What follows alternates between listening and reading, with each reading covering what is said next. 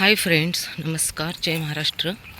रात्री मी न्यूजमध्ये पाहितलं नाशिकमध्ये यंदाचा कुंभमेळा आहे आणि तेथील तपोवनातील अनेक मोठमोठी झाडे तोडली जाणार आहेत आणि त्याला जबाबदार आपलं सरकार आहे. आता ज्या सरकारमधली लोकांनी ती झाडं तोडायला परवानगी देणार आहेत त्यांची लायकी पण नाही परवानगी द्यायची. कारण मला त्याने सांगावं की त्याने एक झाड लावलेलं आहे म्हणून. आज रामराज्यात तिथे अनेक साधूंनी तप केलेले आहेत आणि अशा जन्मभूमीतील झाडं हे तोडायला निघालेले आहेत आणि किती चुकीचं आहे. निसर्गाला आपण आमंत्रण देतो आहे कोप होण्याचं. खरं तर या मंत्र्यांवरती कारवाई केली पाहिजे, पण सरकार यांचं असल्यामुळे हे काही करू शकतात. झाडच काय, काही दिवसांनी हे लोकांना पण संपवायचा विचार करते. खरंच खूप लाज वाटते अशा लोकांची की आपल्या भारताच्या राजकारणात इतके घाणेरडं लोक आहेत. खूप वाईट वाटलं खरं रात्री. सयाजी शिंदे साहेब आणि अनेक लोक तिथं येऊन वाचवण्याचा वृक्षांना प्रयत्न करतात. आता मी ज्या टेकडीवरती येते इथून अगदी जवळच बघा ह्या अशा इमारती आहेत टेकड्या पाडून.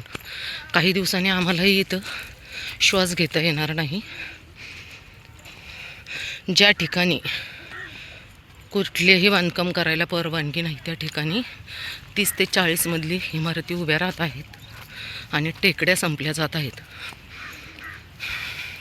बाहेर राज्यातून येणारे व्यापारी इथं स्थायिक झालेले आहेत आणि त्यांना परवानगी दिली जात आहे आणि याला जबाबदार आहेत आपले राजकारणी लोक. करोडो रुपये ते खातात आणि अशा बघा मोठमोठ्या बिल्डिंगी तयार होतात. आता इथं चालत आल्यामुळे थोडा दम लागतोय कारण 2 ते 3 किलोमीटर आहे खालून यायला बघा. आता ह्यात कितीतरी मजली इमारती आहेत, परवानगी नसतानाही त्यांना बांधायला परवानगी देतात आणि याला पैसा जबाबदार आहे. अनेक रुपये लाच खाऊन या लोकांना परवानगी दिली जाते. आता ह्याच टेकडीवरती विचार करा, मी रोज येते, कितीतरी प्रकारचे पक्षी प्राणी छोटे छोटे बटरफ्लाय आणि म्हणजे मी सांगू शकत नाही तर की किती प्रकारचे पक्षी आहेत ते.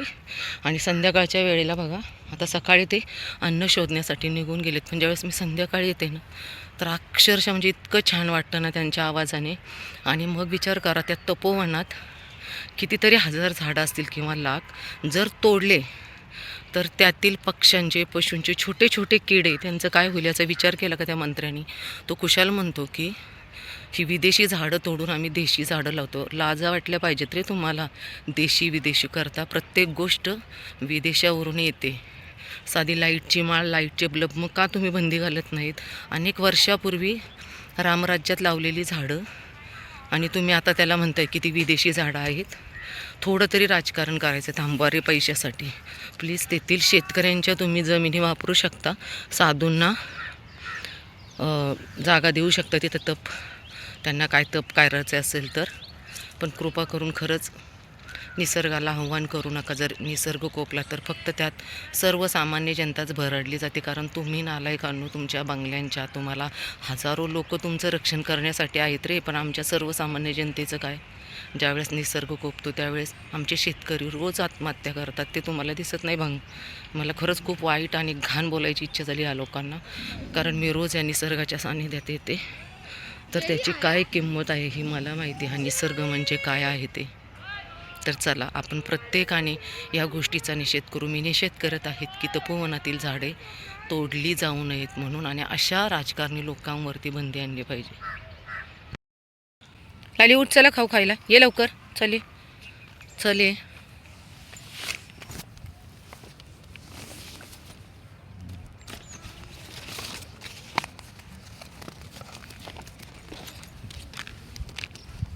आज माझी सर्व लेकरं म्हणत असेल आमच्या आईने प्लेटचं असं काय केलं. आता आपल्या उंदीर मामांनी प्लेट करंडले तर त्यांना मी कसं सांगू? कसं सांगू मी तुम्हाला? डॉन 2 मिनटं थांब, 2 मिनटं थांब ना डॉनी. अरे बाबा काय झालं, गाडीमध्ये उंदीर मामा शिरले डिक्कीमध्ये आणि त्यांनी हे असं बनवलं. चला लाली तुझं तुला देते, चल पटकन लालू. हे बघा असे तुटून पडतात मग. चले चला, या आहेत मायलेकी.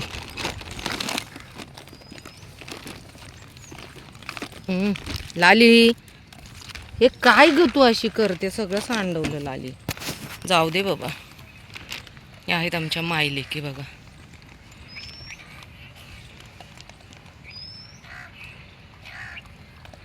बाय.